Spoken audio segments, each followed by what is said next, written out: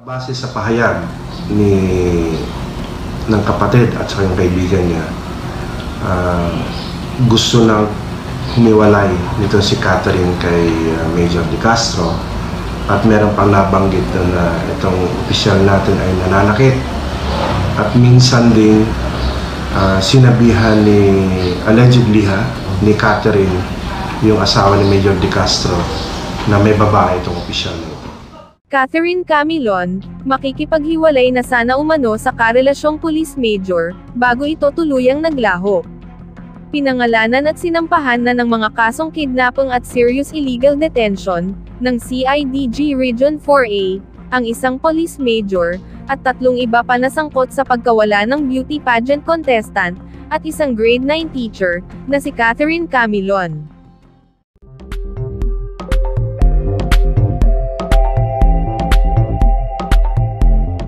Ayon sa Philippine National Police, inihain ng CIDG Regional Sub-Unit 4, ang mga reklamo sa Batangas Provincial Prosecutor's Office, laban kila Police Major Alan De Castro ng PNP Calabarzon, Jeffrey Ariola Magpantay, at 2 John Dos. Ayon sa PNP, si Police Major Alan De Castro, ang unang tinukoy na person of interest sa pagkawala ni Camilon. Siya rin daw ang umano'y katagpo ni Camilon bago ito nawala noong October 12.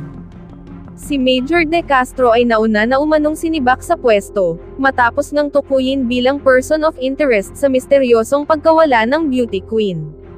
Samantala, si Jeffrey Ariola Magpantay naman ang itinuro ng 2 lumutang na testigo, na naglipat kay Catherine mula sa isang sasakyan na Nissan Juke, patungo sa isa pang sasakyan na kalaunan ay narecover sa bahagi ng Batangas City. Ayon sa nagpapatuloy na investigasyon ng CIDG, makikipaghiwalay na raw sana si Catherine kay Police Major Alan De Castro noong araw na sila ay nagkita. Samantala, sinasaktan raw umano si Catherine Camilon ng Police Major na karelasyon nito. Ito ang inihayag ni PNP CIDG 4A Chief Police Colonel Jacinto Malinaw Jr., matapos makausap ang kapatid ni Camilon bilang bahagi ng investigasyon sa kaso.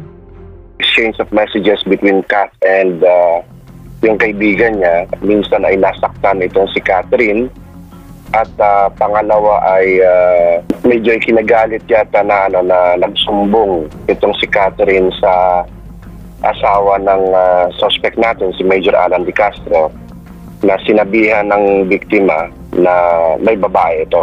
Pag nalalasing, nasasaktan si Kat, at minsan umuwi na may pasa. Yun ang nakikita ng pinakamalapit na motive. What prompted this incident? Ayon kay Malinaw, sinabi ng kapatid ni Catherine na sinaktan ni Police Major Alan De Castro ang beauty queen, nang sabihin nito sa asawa ng Police Major, na mayroong ibang karelasyon ang kanyang mister. Maliban dito, mayroon ding impormasyon ang mga awtoridad na balak ng makipaghiwalay ni Camilon kay De Castro, kaya magkikita sana ang dalawa noong araw na nawala ang biktima.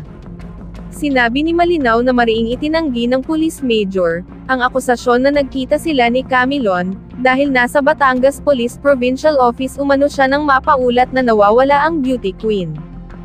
Ang assisting prosecutor ay may 10 araw para pag-aralan ang mga kasong isinumite ng CIDG, kung ito ay nararapat ng isalang sa preliminary investigation. Nakakuha ang mga awtoridad ng mga hibla ng buhok at potensyal na sample ng dugo mula sa pulang CRV, na magagamit nila sa investigasyon.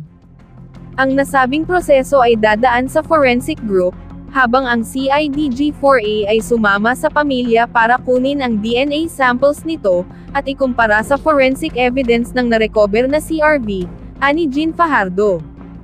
Karamihan sa mga tanong ngayon ng mga netizens, ay kung sino nga ba talaga si Police Major Alan De Castro, at ano ang kaugnayan nito sa beauty queen na si Catherine Camilon.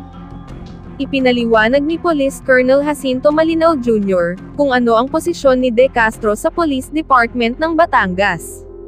Si Police Major Alan De Castro ay formerly assigned sa Batangas PNP, siya po ang deputy ng Drug Enforcement Unit ng naturang unit sa Batangas. At ang kinalaman po niya dito, base po sa nakalap na mga salaysay, lalong-lalo na sa kapatid ng biktima na si Catherine, sila ay merong relasyon. Mag-boyfriend po itong dalawa, at yan ay na-validate natin sa isang statement ng isang beauty contestant din, na kaibigan ng biktima. At doon nga sa kanilang binigay sa ating mga combination ng exchange of messages sa Messenger, ito ang ating suspect na si Major Alan De Castro, ay minsan ay nanakit kay Catherine. Nagpapa-evaluate kami ng mga ebidensya sa provincial prosecutors ng Batangas. Minarapat na rin namin i-file since sa initial evaluation namin, in compliance sa Department Circular 20, ay may nakita ng prima facie evidence for the crime of kidnapping and serious illegal detention.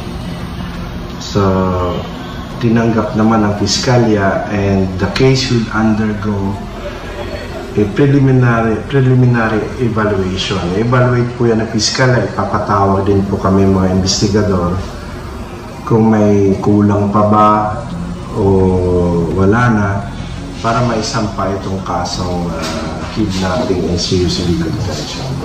Initially, ang nakaso namin kidnapping and serious illegal detention, base po yan sa testimony ng magulang, ng kapatid, at saka yung kaibigan ng isang beauty pageant contestant ni Catherine, na nagsasabi doon na si Major Alan De Castro ang tatagpunin ng biktima ng time na yun. It was supported by the screenshots ng mga messages exchange between the victim and that friend niya na isang beauty contestant din, no?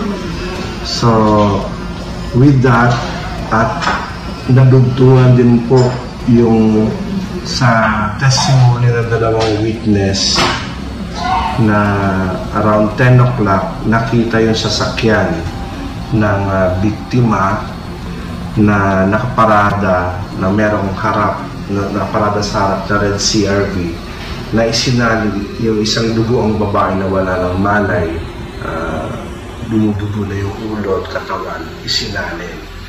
So based on that, there was deprivation already of liberty, no? So, for the meantime, base sa ebidensya natin, unang nakaso natin. As to other crimes, or magkaroon man later on ng modification, depende po yan kasi, as we have mentioned before, merong na-discover na more or less 17 hair strands dun sa loob ng sasakyan. At ang crime lab natin ay nakapag-retrieve ng 12 swabs ng blood samples. At yun nga, may paunahan agad tayo sa pamilya nung Sunday na makakuha na samples sa kanila. But for the meantime, pinag-iisipan pa muna nila at willing naman sila magbigay at ever na handa na sila. At yun na may ginagalang namin. For the record, sir, yung pinailan natin ng kaso, Major Alan De Castro, si Mr. Jeffrey Magpantay, base sa research natin ay ginagamit yung personal driver, at saka yung dalawang di pa nakilalang bumubuhat, no? Doon sa dugoang babae na galing doon sa Nissan Juke, nilipat doon sa Red CRV. So yun pa ay patuloy pa natin kinikilala, and later on we can easily make an amended complaint na ma-include sila later on pag through our efforts ma-identify sila. Ang base sa pahayag ng kapatid at sa yung kaibigan niya, gusto na humiwalay nito si Catherine kay Major De Castro, at meron pang nabanggit na itong opisyal natin ay nananakit. At minsan din sinabihan allegedly ni Catherine, yung asawa ni Major De Castro, na may babae itong opisyal mo. So probably that's the most probable motive probably may angle the officer na kung mapatunayan later on sa ebidensya, no? But yun ang nakikita natin yung motive ng pagkawala. Matibay ba yung ebidensya laban kila Major De Castro, sir? Yeah, we firmly believe, no, base doon sa initial evaluation ng Batangas Prosecutor's Office, there's not only certainty of evidence to secure a conviction later on for kidnapping. Doon sa kidnapping and serious illegal detention, once you deprive the person for more than 5 days, so that is a capital offense, no? The preclusion perpetua. Depende po yan later on, if ever na magamit namin yung forensic evidence, na if ever magkaroon kami ng DNA profiling, probably mamamodify yung kaso. Depende pa, it may be elevated to murder or iba pang kaso na pwede rin makita may isa-isa. We only base our pronouncement sa ebidensya. We know na maraming speculations na lumulutan na ganito, ganyan. Pero mahirap pong i-convert ang speculation into evidence. Meron po tayong tinatawag na rules and evidence later on sa korte, sa trial. Pag puro lang tayo hearsay, except for the exception sa batas, hindi talaga tatanggapin. No? Our subject of our investigation is a trained police officer. No?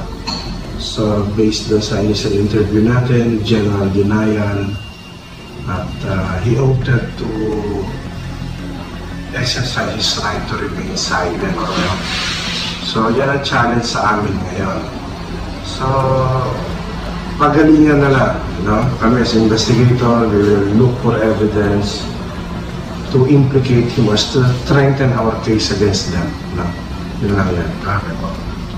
Para sa iba pang karagdagang mga balita ng Senyor Buzz, ay mag-comment lamang po, mag-like at mag-share sa video na ito, at huwag po nating kalimutang mag-subscribe sa aming channel. Maraming salamat po sa inyong panonood.